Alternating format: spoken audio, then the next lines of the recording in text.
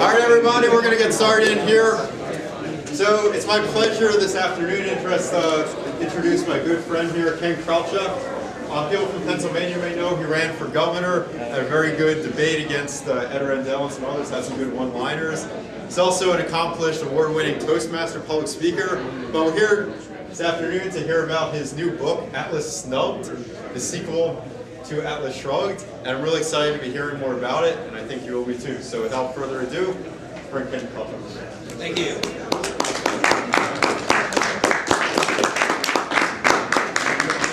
Well, thank you for that introduction and the warm welcome. You know, ostensibly, I'm here to talk about my book, Atlas Snubbed. But you know, I'm not sure what to say.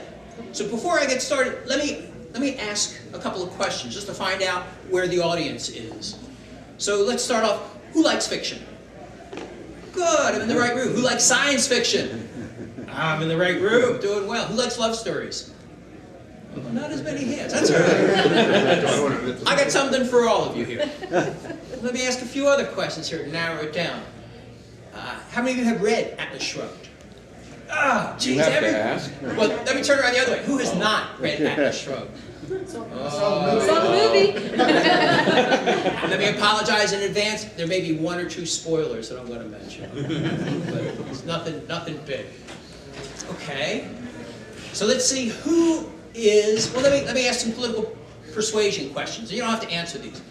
As Rich mentioned, I'm a libertarian. I ran for governor twice. I've been a libertarian now for almost 20 years. How many other libertarians in the audience?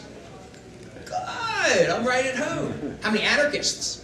Good, I'm right at home. How many liberals? Oh, we got one in the back. I was going to say, the microphone's not working. How many liberals? We got one. I got something for you, too. How many objectivists in the room? Oh, well, let me apologize in advance again. Because this book, well, I'll save that for the minute. All right, so I see where we're coming from. And any agorans in the room? Okay. You know, I'm ready to start, instead of calling myself a libertarian, start calling myself an agoran libertarian. Because this book is actually a work of agoran fiction. All right. So I think I have enough now that I got a good feel for it. Sounds like we're all in the same room, except for maybe the objectivists. But why do you think that? You have to explain that one to me. Because we're a tolerant bunch. And as am I. Are you objective? There you go. Yes. I can see. I'm gonna love this. I like this already. Not to jump the gun, A is still going to equal A at the end of this, right? A is still gonna equal A. Okay, good. And I mentioned that in the book. That's the fun thing about writing a parody, is that there's a lot to work with. All right, let me start from the beginning. What I'd like to do then is break this down into 3 chunks. I was going to get rid of one chunk or another depending on how you answer the questions, but I'm going to be able to hit all 3. First, I'd like to talk about the book as a book. Second of all, I'd like to talk about the book as a critique of philosophy, objectivist philosophy specifically, and also to talk about it as a political solution, because that is really the main purpose of the book. The other ones are just fun. So let's start at the beginning. Book as a book. Why? Why did I do it? The main reason is because I love Atlas Shrugged. I think it's the best book ever written, best novel ever written. No question about it. Now, I read it for the first time when I was 30, 31, and it changed me from a lifelong Democrat into, and right now, 8-time Libertarian candidate for various public offices, most notably governor. Reading Atlas Shrugged changed my life. I love it because it's a great train story. I'm a huge train fan. I love it just for the imagery, the way the woman writes, things like that. But you know, after each race, I read it again, cover to cover, just to get my philosophical grounding back. And in 2002, after I read it, having run for governor, I got to the end of it, and I was disappointed. I'm complaining to my wife. I'm like, the book is over! It's only 1,200 pages! I wanted more, because it's a great story. Again, sorry for the spoiler here, but it's the story of the decline and fall of the United States. And Rand takes it that far, it's about to fall off the cliff, and she stops. Let me just give you, there's one quote from the book. This is from Chick Morrison, the morale conditioner. This is a couple pages before the end. There are hunger riots in West Virginia. Angry farmers torching government buildings in South Dakota. Armed fighting between Georgia and Alabama for the possession of a factory. A gang of raiders attacking a train at the Transcontinental Bridge. A religious war is raging in California. Oregon is overrun by deserters. And Sounds like current events. I'm getting to that. But that's where the book ends. She didn't even say, and they all died happily ever after. It didn't even get that far. I wanted more. So I was driving along with the wife and I was complaining. And I said, somebody ought to write a sequel. And she said, why don't you do it? So it was born. Second thing I want to talk about is the philosophical aspect, because objectivism has lots of flaws in it. I was the Libertarian candidate for governor of Pennsylvania, and Ayn Rand is the philosophical matriarch of the Libertarian Party. So as such, I had to defend her philosophy to the public at large. And I found there were a lot of things about her book, or about her philosophy, that are simply indefensible, especially when you stand in a political arena. So what I wanted to do with the book is present what I saw as solutions to those holes. So that was the second reason. And the third reason was to get into those political answers. Main theme of my book is the separation of society and state. I'll say that early on because that way you have something to hang a lot of what I'm going to say on. Because right now, society and state, they're intertwined. Anything that society needs to do, we have the state doing it. So my solution is to pull the two apart. And that's what I did on the campaign trail. And that was the third driving reason for writing the book, was to chronicle all this as fiction in a way that would be palatable to most people. Now, what's it look like? I'm not going to give you any spoilers. I may spoil Atlas Shrugged for you, but I'm not going to spoil Atlas Snubbed for you. I call it a pastiche parody sequel. Now, it's a pastiche in every sense of the word because I tried to copy Rand's style. I use her word choices, like expertly. It's an unsanctioned pastiche parody, so sanctioned is one of her words. So I try to use her word choice. And it's also a tribute to Rand because, as I said, she changed my life. And I think that Atlas Shrugged is, without a doubt, the best novel I've ever written. So I do this not from a, ha-ha, Ayn Rand. Not from that point of view, but more from a thank you point of view. And to build a little bit further on the work that she had. So it's a pastiche, and I pull lines out of her book. But one thing I do is I'll take the words of one character and put them into the mouth of a philosophical opposite. Just to point out, again, some of the flaws in objectivism. And I also pull stuff out of other books. Any Isaac Asimov fans out there? I copy little snippets from Foundation, Frank Herbert things from Dune. They're all scattered through there, even from Ferris Bueller's Day Off.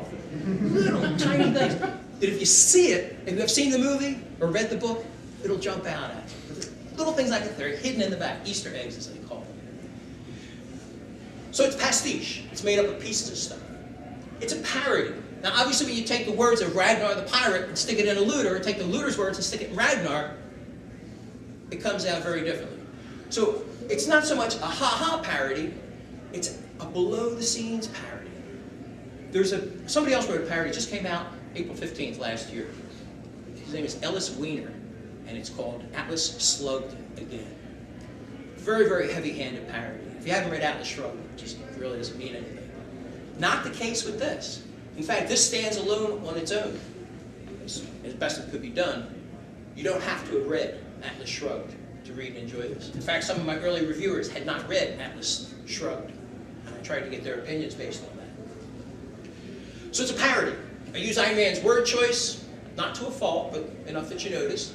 I have a lot of long sentences, a lot of semicolons. Her record breaker that I found in Atlas Shrugged had 3 semicolons in one sentence, for a whole paragraph. I have a couple like that. One has 3 semicolons, 2 colons, and a bunch of commas. But it all makes sense. It's a respectfully serious parody, as oxymoronic as the concept may seem. At no point is there any belly laugh where you step into the wall, where you step out of context. Everything is in context. Nobody really notices that it's funny. The only one who could is some reader who's sitting outside the book looking in. So it's a parody. And, of course, it's an Atlas Shrugged sequel. It's got to have a big speech. So it does, at the end. Her big Galt speech is 33,000 words. My big speech is only 5,000 words. And, Slacker. come on. And I broke it up a bit. Every now and then, somebody gets up, walks around, leans on a table. It's not all monolithic paragraph after monolithic paragraph. So it's a pastiche. It's made up of bits and pieces of Rand stuff and other people's stuff. It's a parody. Not a ha-ha parody, but a parody. And it's a sequel. It's a sequel to Atlas Shrugged. Because I'm aiming for a libertarian, small libertarian audience. And I figured the best vehicle for doing that would be to use Atlas Shrugged to follow on. So I start exactly at the end of Atlas Shrugged. I mean, the second. So at the end of her book, Eddie Willers is stranded on the transcontinental comet train in the middle of an Arizona desert. Chapter 1 of my book opens up. There's Eddie. He's still stuck on the train. In her book, John Galt just got rescued from all the strikers. My book starts, the fleet of planes has landed in Galt's Gulch. California, in her book, has erupted in a religious civil war. In my book, chapter 2 is when San Francisco burns to the ground. It's that edge. You know, a post-apocalyptic novel when what Rand set in motion falls off the cliff. So it's a sequel. Pastiche, parody, and a sequel. Science fiction. A lot of science fiction. Steal stuff from Rand. Reardon metal melts at 4,000 degrees. That's one. Of course, the Galt motor. One word, small g, I call it, Galt motor, runs on atmospheric electricity. Oh, what else? There's a big long list of things. Disintegrating ray, Project X, voice-actuated devices, which of course now, nothing, but of course back then was a big thing. And what I did is I did straight line approximations of that. So there's a lot of science fiction in it as well. I got carried away. This is not the complete book. This is about 2/3 of it. The complete book was just too big, too expensive, too much reading, and also it was almost the size of Atlas Shrugged. One of those is enough. I brought one with me, by the way, and later on tonight we're going to auction it off as my thank you present to the Free State Project for inviting me over here. So this is a little bit smaller, cut it in half. Another problem I had with it was the legal aspect. Now the objectivists probably have a good feel for this, but what do you think the odds are of getting official permission to write? Zero. Right, zero, literally zero. So I commissioned an intellectual property attorney. I actually spent money on an attorney. Excuse me if I've offended any attorneys in the room. But he came back and he said, I could do it, but I have to be careful how I did it. There was a sequel to Gone with the Wind done a couple years ago called The Wind Done Gone. Same story, but told from the slave's point of view. It's got Scarlett in it, it's got Brett Butler in it, and they mention them as Scarlett, but not Scarlett O'Hara. Instead of Brett Butler, it's R.B. The plantation name is still the same, things like that. But it's the same story, different point of view. So I figured, fine, I could do that. So I have, instead of Eddie Willers, it's Eddie. Eddie and Mr. Eddie. Instead of Daggy Taggart, it's Daggy. So I get rid of the last names, and I've had other little changes like that. I'm still nervous. It's been out for about 3 months now. I'm still waiting for the shoe to drop. We'll hear what happens. I don't think it's going to happen because, as I mentioned, that other parody, Ellis Wiener's parody, came out last year. I sent him a letter. I said, did you hear anything? He says, no injunctions, no $signs burning on my lawn. Just, it makes a fellow feel unloved. Publicity. Right, that's what I said. I wish they would come after me. But what I did is I transferred ownership of the book into a corporation. So that way if they sue anybody, they sue the corporation and not me. So I'm out of the middle of it. So legally, I should be in good shape. And I guess that's it as a book. There's not much more I want to say about it, book qua book, to put it in Randian terms. Any questions about bookiness before I move on? How long did it take to write it? I got the idea in the end of 2010. The first 5 chapters came out, I'm sorry, not 2010, 2002. Oh, okay. Right after my I'm government. thinking that's good. It was in April 2003 that the first 5 chapters were done, and I passed them around to some libertarian friends saying, should I stop? I'm like, no, go. And the first full version was done in 2008, summer of 2008. I had a bunch of people read through it. I redid it again, 2009, had them read through it again, read through it again. 2010, I came up with pretty much the final version, and it was finally released in November, end of November last year. It took a long time to go through the self-publishing thing. I highly recommend that, by the way. Write a book. Any other bookie questions? No bookies in the room? No.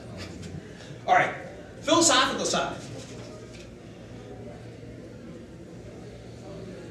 I'm trying to be diplomatic about this. I have a couple problems with objectivism. Sorry. Back to the book. Is it available for free online to download? It is available online. You can read for free the first 42 pages out of, this is 420 pages, not 1,200 pages. But you can read the first 42 pages for free. And it is available ebook version, any format, Kindle, Nook, whatever, or printed version, which I'm an old guy, what can I say? All right. So I was being diplomatic about objectivism. I don't agree with everything they say. So I wanted to get a few things out in the open. Now, I had done this before. I have a website out there, atlasflubbed.com, which talks about the grammatical, logical, and calculation errors that Ayn Rand made. There aren't many of them, maybe a few dozen in the whole book. But that's where I had started. And these are things that I noticed as I was putting together my book. But what really brought it home for me, as I said, was after that campaign. When I finally realized, having run for governor, been there, done that, national television, 9 months of running around the state, that there were just mistakes that had to be addressed. And I saw 4 big ones. The first one is that there is no difference between a militant religion and objectivism. Both eat their young. Both, if you don't pay attention, if you don't get it down to a T, you're going to hell. To me, that's over the top. You know, we're people. We got to get along. And I just thought that had to be brought out. So that's one of the things that I really bring out in my book. Another one is that some objectivists, especially in Atlas Shrugged, can be cruel beyond belief. I think of Dagny and Francisco. Francisco was Dagny's first love. He jilted her, and he never told her why. Come on! And then in the end of the book he says, oh, knowing that you suffered made me suffer. And that's how he atoned for it. How can somebody do that? That's just so inhumanly cruel. And it wasn't just that, it was also with Hank Reardon and Dagny's second love. He wound up putting her in a position where she had to confess her adultery on national radio. How many of you have done that to your girlfriend or boyfriend? You know? And then John Galt himself. He did the ultimate thing. People who didn't agree with him, he didn't say, well, let's talk about it, you and I, which is what the looters always say. Let's talk about it, you and I. No, no, no, no. He said, I'm going to destroy your world. I'm going to leave you and these next 5 tapes, I'm going to leave you guys to die. And your city's going to burn to the ground. Come on. He's an engineer. You think he'd be able to think of a better solution than that? Right? Well, that was the point of this book. There is a better solution. My hero in this is Eddie Wilders, the anti-hero. Just a regular guy. And as Eddie himself said, he just tries to do whatever is right. Quote unquote. Eddie, how do you run your lips? I just do whatever is right. So Eddie is the vehicle that I use for pointing out each of these problems in objectivism. 2 others that I wanted to hit. First one, and I'll apologize again to the objectivist, the striker's oath means nothing. Anybody who becomes one of the blessed in Atlas Shrugged, they take an oath. And the oath is, I swear by my life and my love of it that I will never work, Live for another person never or live ask for another the person to live for sake of another man nor ask another man to live for mine. Say it again for me, please. No. Okay. I swear by my life and my love of it that I will never live for the sake of another man nor ask another man to live for mine. Take it apart. I swear, well, my mother brought me up not to swear. By my life and my love of it, okay, I'll take that. That I will never do X, or I will never do Y. Okay, I'll never do X and Y. What will I do? Oh, I think I'll destroy the world. Oh, I think I'll cheat on my girlfriend or boyfriend. Their striker's oath is meaningless because it's not a recipe for action. It's not a philosophy. It's a recipe for inaction. I had to get that out there too. And the last thing and the most important thing is that they have no duty to perform charity. None at all. In fact, Ayn Rand said in one of her famous Playboy interview, quote, "I do not consider charity a major virtue, and above all, I do not consider it a moral duty. There's nothing wrong with helping other people if and when they're worthy of the help, but I regard charity as a marginal issue." That was what pushed me over the edge. Because as a high-profile candidate, I go out there and I say, I'm going to end welfare. I'm going to get rid of Social Security. Anybody run for office? High office? Any office? Public office? Have you said that? No, No? I don't believe that either. That's very good. Good to hear. Because most libertarians say, we're going to end charity. We're going to end welfare. We're going to end all these things. And you come across as cruel, heartless, cold. And me as a high-profile candidate, well, here it is, the libertarian platform, we're going to get rid of Social Security. And what? Have seniors eaten dog food? So I had to get that out there too, because there is a solution to it. Definitely is a solution. And who else ran for public office? Have you heard those kinds of questions? Or let me ask, do you foster that sort of an approach? Ending welfare, ending Social Security? I should have asked that question early on. I could have skipped this part.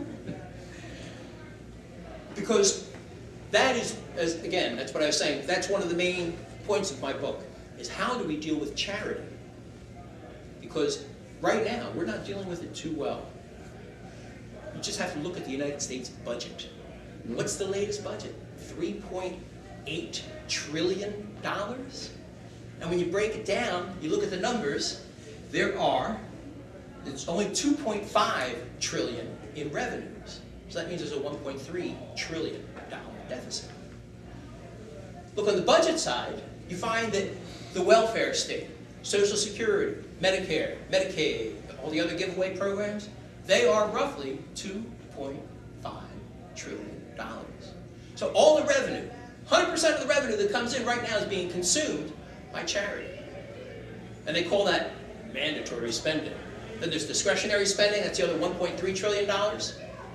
That's discretionary. That's things like defense, constitutionally authorized parts of the government. So it's mandatory to do welfare, but it's discretionary to do the constitutionally authorized things. If we are ever going to turn that ship around, we've got to come up with an answer. And speaking as a libertarian, there's a huge hole in the libertarian platform and in general discourse now. Even Ron Paul's not touching that question.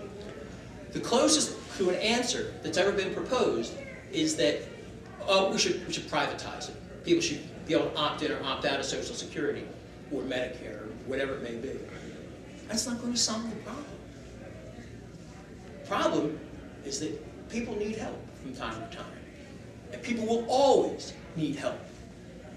What happens is there's just so much help that's necessary is that we need something to do that, to help the people who can't help themselves. Now, if we're going to have the government follow the Constitution, then the government is not allowed to do charity. Because nowhere in the Constitution is it mentioned that charity can be done. I don't know about your own individual state's Constitution, but in Pennsylvania, our Constitution says, yes, we can help the blind, widows of servicemen, and orphans. And that's all it says. But of course, now that's expanded where they have employment insurance, they have prescription, the PACE program, and I'm sure your states have similar things. But they've all violated the Constitution. So governments can't really do charity without violating the Constitution. Individuals are allowed to do it, but it's like anarchy in charity. Because, well, you've got the United Way, you've got the Catholic Church, and you've got the Jewish Appeal, and you've got all these different organizations, but they're all uncoordinated. So what happens is, it's like anarchy, just in general, and maybe pick on the anarchists here, is by leaving it rudderless, there are certain places that overlap, So you're getting a little too much coverage, and there's gaps, people fall between the holes. So what we have today is anarchy in charity. Either the government does it, in which case they do it badly, or it gets done by individuals, which doesn't really cover it all. Charity wasn't always that way. It used to be part of the purvey only of churches and beneficial organizations like that. But in 1563 came the first English Poor Law, which for the first time said, we are going to provide for the poor. Wasn't a lot, but and it didn't work too well, so they amended it. They came out with I forget what they called it now, I got it written down here somewhere, the New Poor Law, easy one to remember, right around Dickens' time, where they established the workhouses that Dickens refers to. What they did is they would give you food and a place to sleep, but they made it as uncomfortable as possible. It was a terrible place to sleep, the work was awful. It was the first time in history that a government program deliberately aimed to be as bad as possible. And they pulled it off. The idea was to get you out of the workhouses and going on. But then it got bigger. Once they had one law under the tent with a camel's nose there, then there was another law, and another, and it just kept growing and growing. The early United States never really took to government-sponsored charity. But of course, eventually, it did start taking place in some of the states. Pennsylvania's one, Nevada's another, there's a few others. Not many, but it took a while before it became that widespread. A lot of you may remember the story about Davy Crockett when he was a congressman. There's an excellent pamphlet called Not Yours to Give, where they wanted to appropriate some money to help a widow whose house had burned down, a widow of an Army general. And Davy Crockett stood up in Congress and says, this is not my money to give. The Constitution doesn't mention charity at all. So Davy Crockett voted against it then too. But eventually it grew and it grew. And of course the Supreme Court decision back almost 100 years ago with the New Deal said, yes, you can do Social Security. Yes, you can do the work projects. You can do all these different charitable things that aren't in the Constitution. And the minute you do anything not in the Constitution, it's game on. So we wind up with a $3.8 trillion budget, $15 trillion in debt, $117 trillion in unfunded liabilities, and it ain't going to stop unless somebody stops it. And that's the point of the book. Because there's a hole. There's a hole because governments aren't allowed to perform charity, and individual charity is still in a state of anarchy. Democrats and Republicans are getting elected by playing Santa Claus, by promising your money to give to other people. And they've been doing it for years. Not always successfully, not always equitably, certainly with a lot of corruption, but they've been doing it. If we are ever to succeed as a movement, we have to address the same problem. Otherwise, people are never going to vote for us. And that's what I found out when I was running for governor. I don't have an answer. It's not going to get answered. Instead, they're going to keep on doing just what they're doing now. So what do we do? Well, easy answer. All we have to do is learn how to make welfare work. Now, can you imagine that? Here we are, a bunch of liberty-minded people, and I'm asking you guys, how are we going to make welfare work? I don't know. That's crazy. It's like asking, like saying, oh, if only we libertarians were king. The communists did that. Oh yeah, if only the communists were in charge. Well, we know what happens then. So what I did, going back to Davy Crockett, is he had the answer. I have here a quote from his pamphlet, Not Yours to Give. The power of collecting and dispersing money at pleasure is the most dangerous power that can be entrusted to man, particularly under our system of collecting revenue by a tariff. If you had the right to give to one, you therefore have the right to give to all. And as the Constitution neither defines charity nor stipulates the amount, you are at liberty to give anything and everything which you may believe or profess to believe is a charity, and to any amount that you think proper. You will very easily perceive what a wide door this would open to fraud and corruption and favoritism on one hand, and for robbing people on the other. Now, doesn't that sound like America today? How prophetic Davy Crockett was way back then. But he had the solution. It was right there in the first line. Went right past it. The power of collecting and dispersing money at pleasure is the most dangerous power that can be entrusted to man, particularly under our system of collecting revenue by a tariff. Well, the answer is obvious. Don't entrust power to government when you have a system for collecting money by a tariff. Right now, everything's being taken care of at taxpayers' expense. But charity will be there. The Bible teaches us, the poor you shall always have with you. It's like connecting a tank of oxygen to a vacuum. That oxygen is going to be gone, the vacuum will still remain. So what we need to do is follow Krawchuk's advice and pull apart the societal part of government from the state part of government. That's the point of the book, is the separation of society and state, as it once was. We're going to go back to 1563, before the enacting of the first poor tax. Just like we have separation of church and state, just like we should have separation of economy and state, I would like to see separation of society and state. Now, one thing about the world coming to an end, which is what happens after Atlas Shrugged, is that you could set up different societies and you could use them in a Randian two-dimensional style to compare one against the other to show how one society would work against the other. So one of the ones in the book here, Eddie Willard, of course, is the guy who does it. He comes up with society. Let me just throw it out there. It's an eleemosynous organization that parallels the United States government. So it has president, Congress, Senate, House of Representatives. But the main difference is they have no coercive power at all. I know that'll appeal to the anarchists out there. No coercive power at all. So there's no power of taxation. Nothing like that. What they do is they don't pass laws, they pass guidelines. Guidelines are, oh, we're going to help, we set up soup kitchens for the poor. We're going to help seniors with their drug bills, whatever it's going to be. And then whatever the money is that's required for that, they go out to the people hat in hand. Would you like to contribute? Would you like to contribute? You can establish by statistics how much people are going to contribute. The United Way does that all the time. But let's do it on a national scale. That way, we can take the expected revenue, divide it by the expected need, and instead of you getting $20,000 of drugs when you're a senior, maybe you only get a couple $1,000s worth. Instead of getting thousands of dollars from Social Security each month, maybe it'll only be hundreds of dollars. Whatever it is the society can afford, it would be set up as a self-regulating system. You can pass whatever guidelines you want. I don't call them laws, I call them guidelines, because they're voluntary.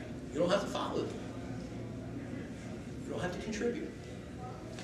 But if the government, if society does not have the wherewithal to pay for it, then they have to tighten their belts a little bit, which is not what the government does now. Instead, it's connected to the coercive power of taxation, where they take as much money as they feel is possible, and of course, with charity, it's never going to stop. So what I did, had Eddie do in the book, is he took the Constitution, ripped out Article 1, Section 8, the 17 enumerated powers of government, and stuck in the power of society, which is to make guidelines for requesting donations and making charitable donations for the good of other people. Pretty simple, pretty straightforward. See what that does right away? Anybody who's interested in helping the poor, in helping the underprivileged, whatever it is, they now have a vehicle, a national vehicle. It's called society. They can run for society's Congress. They can pass these guidelines.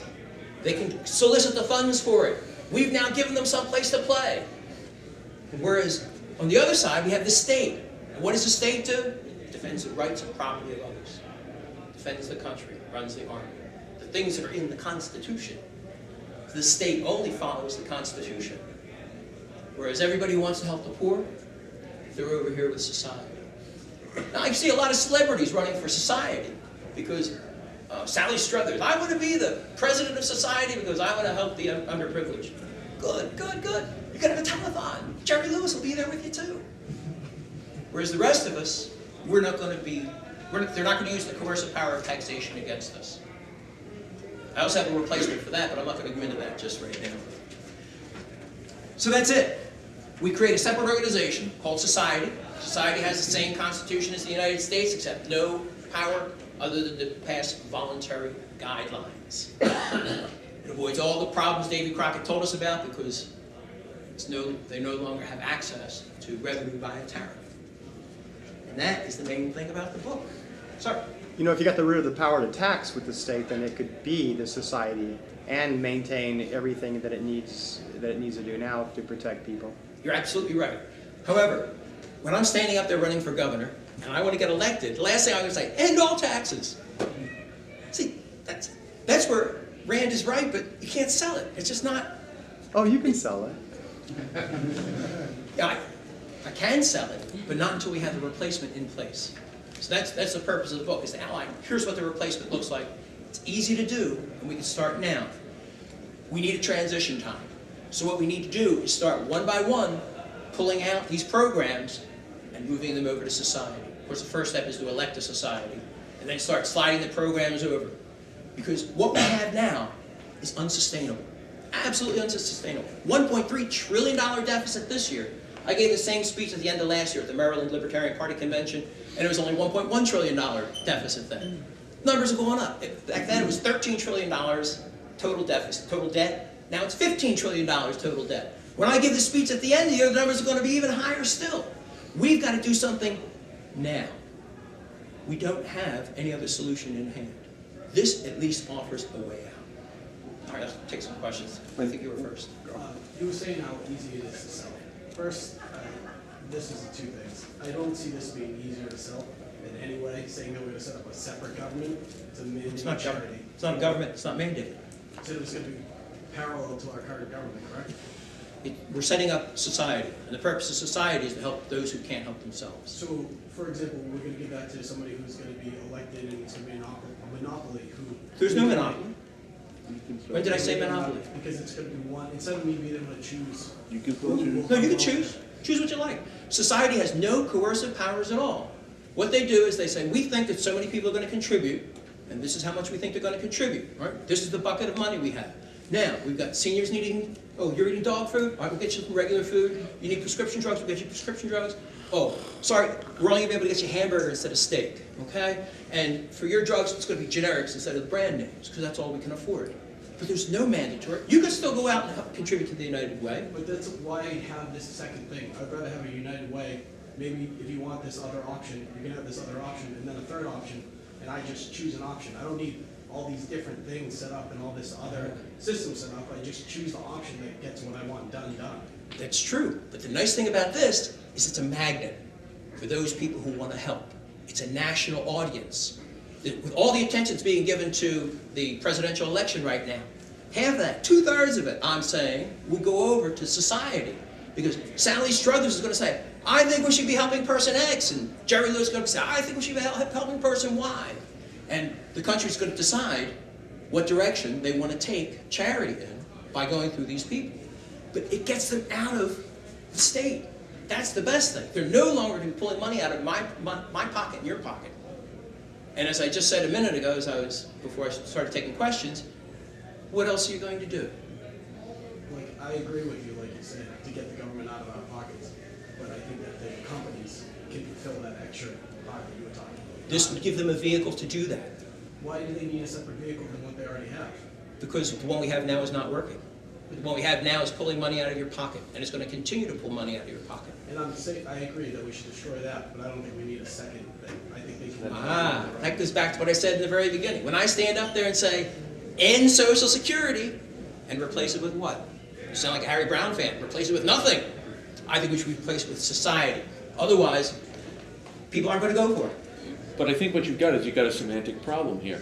You're assuming society doesn't exist. It does exist. It actually is working at this time. No, What I you're agree. looking for is a model where you're going to attach a label, society. Correct. Here is a model, here's a hierarchy that people can be attracted to and feel like, here's this nice big thing, this nice big engine that's revving along and doing all the things that I can't do in my own life. Absolutely. Except for one thing is there's absolutely nothing that says that this model will be any more productive or address the evils any better than, let's say, the existing corrupt model. There I disagree with you. Well, no. Because there's no coercive power.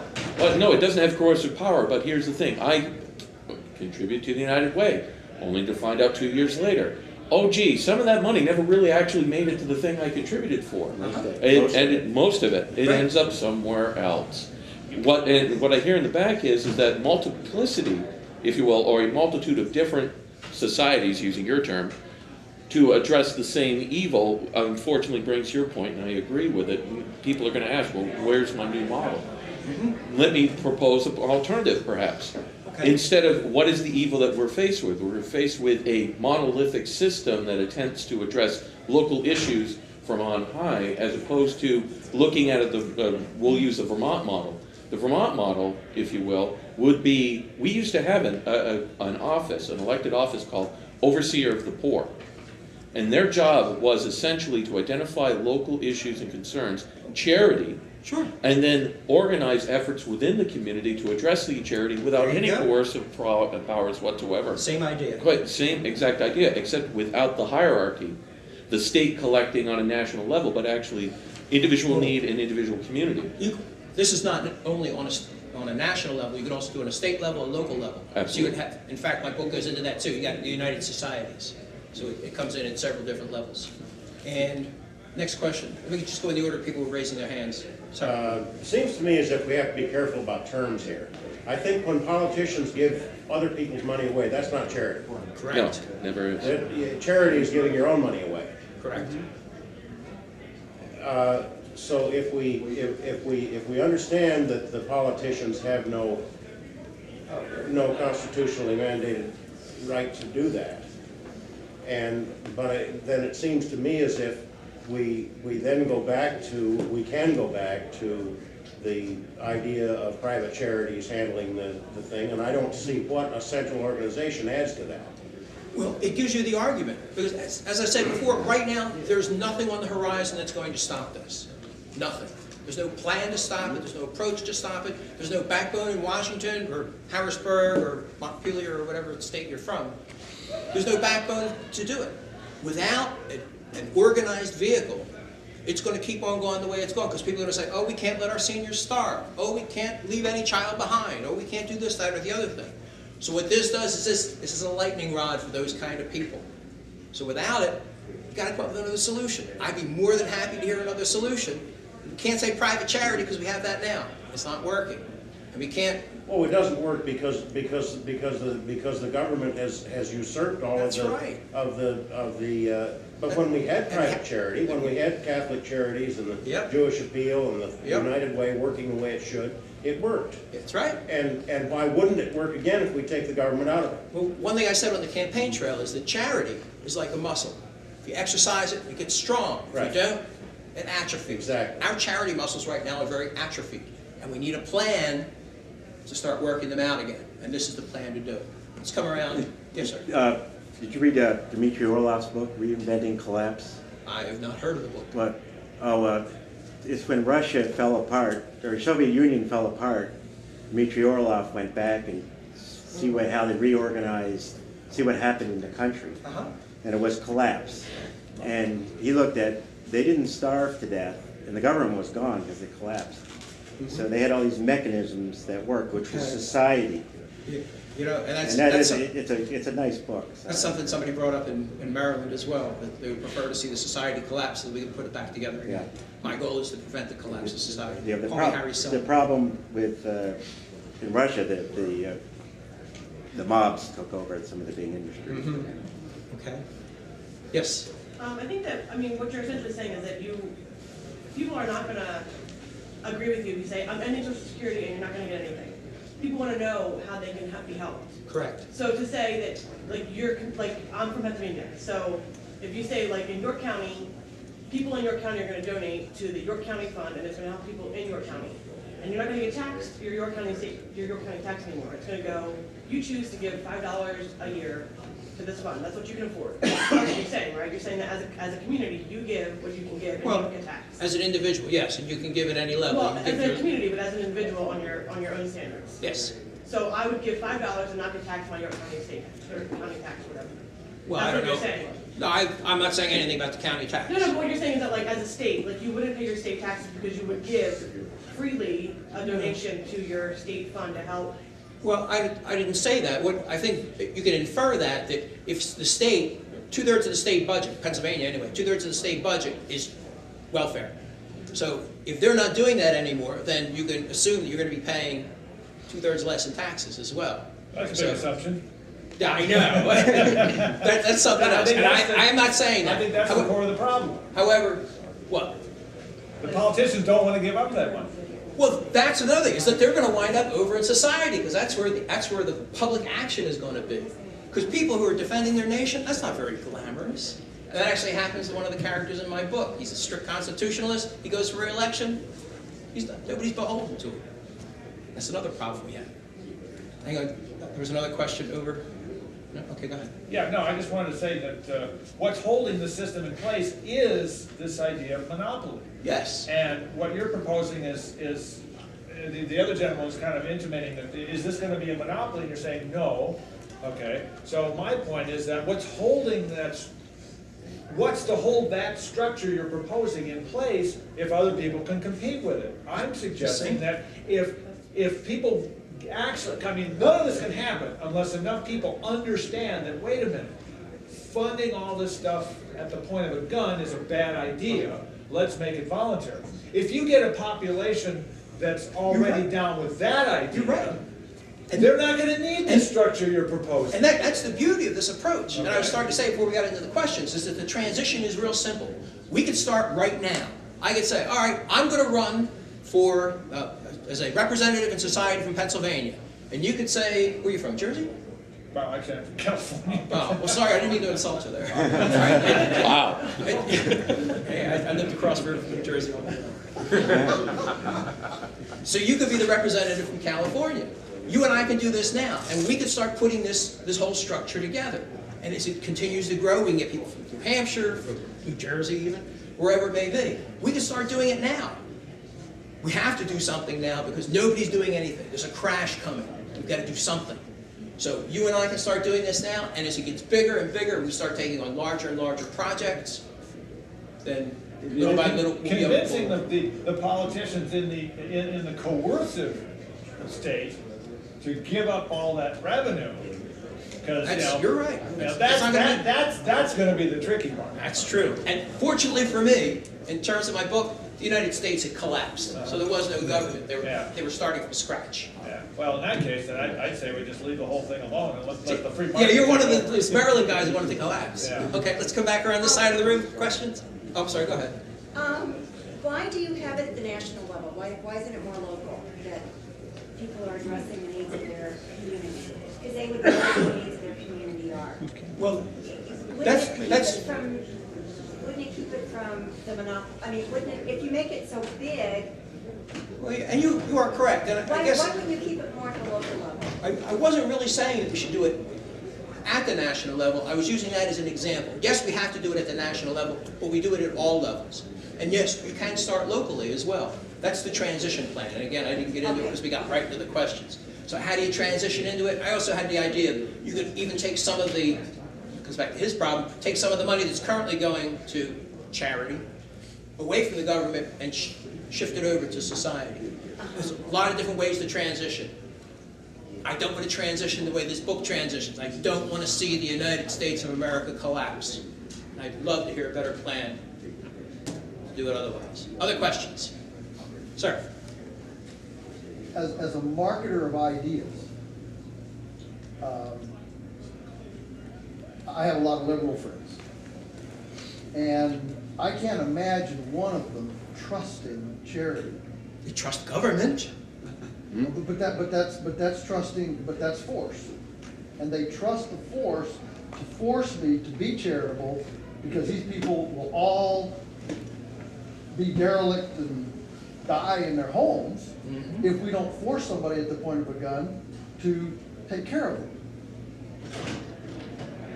Well, that is true. There are some people who like to point guns at other people. I guess as a marketer of ideas, it seems to me like that whether you create an alternative society or whether you trust United Way now freed up, now that we all have a lot more money because we're not paying so many taxes to give to United Way or the private charity. I mean,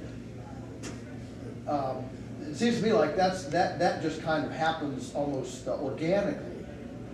Well, it hadn't happened. Or at least it could. The hard sell in the, I it seems to disagree. me like in the marketing of ideas is to develop in the society a trust that charity, in any form, could actually step up to the plate and take care of Uh-huh. people. Because we have been so acculturated to believe. Yes. Now, the question is, how do you do that? That's a tough cat to Yeah, build. how do you sell And that? How do you right. sell that? How do you market that idea? By demonstrating it. That's the only thing to do. Set it up, get it running. Let people see what it is. Let people who don't like the direction it is join in with it. Add their voice to it. As I said, it gives them a vehicle, gives them a place to go. Otherwise, you're right, private charity could handle it, used to handle it, but those numbers, those deficit numbers keep going up. Those charity numbers keep going up. And I don't know about you, I don't see it turning around. No, I agree. We're heading for a collapse. I agree, but I don't Separation. see anybody willing. I don't see the average person who voted for Obama suddenly having an epiphany tomorrow and saying, "Oh, individuals could take care of this." It's true. I just don't Although- see that. I And didn't I'm not see arguing with you. I'm just. No, you're right, and I didn't see the incredible popularity of Ron Paul in 2012 as compared to 2008. I was a big supporter of him back in 2008, and this year, it's stunning. He's on the news all the time. He's winning matchups against Obama. 4 years ago, you asked me, could I see that happening? No way. So right now, the country is ready for this because there's no answer to the welfare state. Ron Paul doesn't have an answer to the welfare state. Nobody does. If you present an answer, especially something that they can do, Right. sir, I invite you to join society. I invite all of you to join with me. Let's put together a society. Let's start wresting charity out of the hands of the unconstitutional government and put it back in our hands where it originally was. Let's come back around the side. Rich. One quick one is, I hope we can do this in New Hampshire. Two is, I wonder if you could talk, you have this idea in the book of like reification. Like we talk about like justice, like where's justice? Like, oh, here's a court building, like here's the institution, like we can see it and control it, and it's like a thing.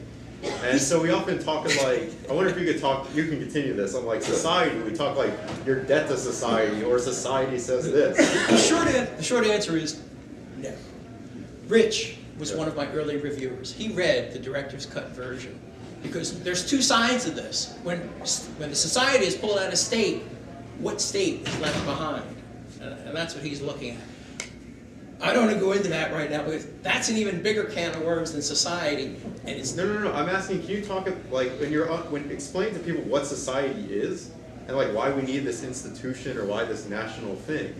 It's like because we talk about it right now, it's so amorphous. It's not defined. You have nowhere to control or understand what like it is or what the problems or what the needs of society are. But actually creating it like a thing, an institution that we can actually talk to it. I don't want to say control, but actually interact with and evolve with in a system. Like this notion of like reification of something, of an idea. I think I said that. I didn't use the word reification, although it is in the book. But it's a lightning rod. It's where people can go to, they can say, I'm going to help society. I'm going to become a member of society. I'm going to lobby for wheelchairs for the, well, you can't call them crippled anymore. Whatever they call them. Disadvantaged people. Differently able. Yes. But it's the same thing. It's a reification. Thank you. There's a word.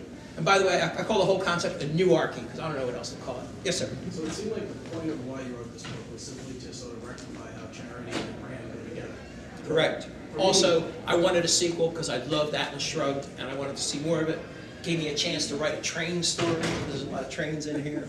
If you take the charity, when we say charity, like we don't expect to get something in return. I'm sorry, I didn't hear that. When we say charity, we say it like we don't expect to get something in return. I think charity, if that's your definition of charity, should cease to exist. But when I donate, or when I say I'm going to donate to some sort of service or buy a service, let's say, for example, homelessness. Where I work, there's a lot of homeless individuals there. If somebody came the next day and told me that they could provide a service that would get these homeless individuals off the street, I would give them money, not because I care about the homeless, but because I don't want to have the homeless people on the street. Get them out of the So way. I'm buying something for my money. And I want to see that I'm buying something to rectify a problem. And I want to see that problem go away. There you go. If it doesn't, I'm not going to put money. So it's, That's right. It's me being selfish that I think will perpetuate this. And that's okay. And that goes back to what I was saying over here. Let's put it together. let's get it rolling. Let's have a couple successes under our belt. You go for the high-profile, low-effort solutions, first of all. I do this in business. I'm a business analyst. You aim for the highest-profile things that are easy to solve. And maybe it's getting the homeless out of wherever it is you work, whatever it is. But you need those high-profile successes, and that will give people the trust that other people are asking for. It's 3:30. Okay, are we done? Well, there's another, somebody else needs this room. Okay, what time is it? 3:30. 3:30. All right, listen, thank you very much. I'll be in the bedroom. Separate society and state, and it's all going to come crashing down. Thank you very much for your time.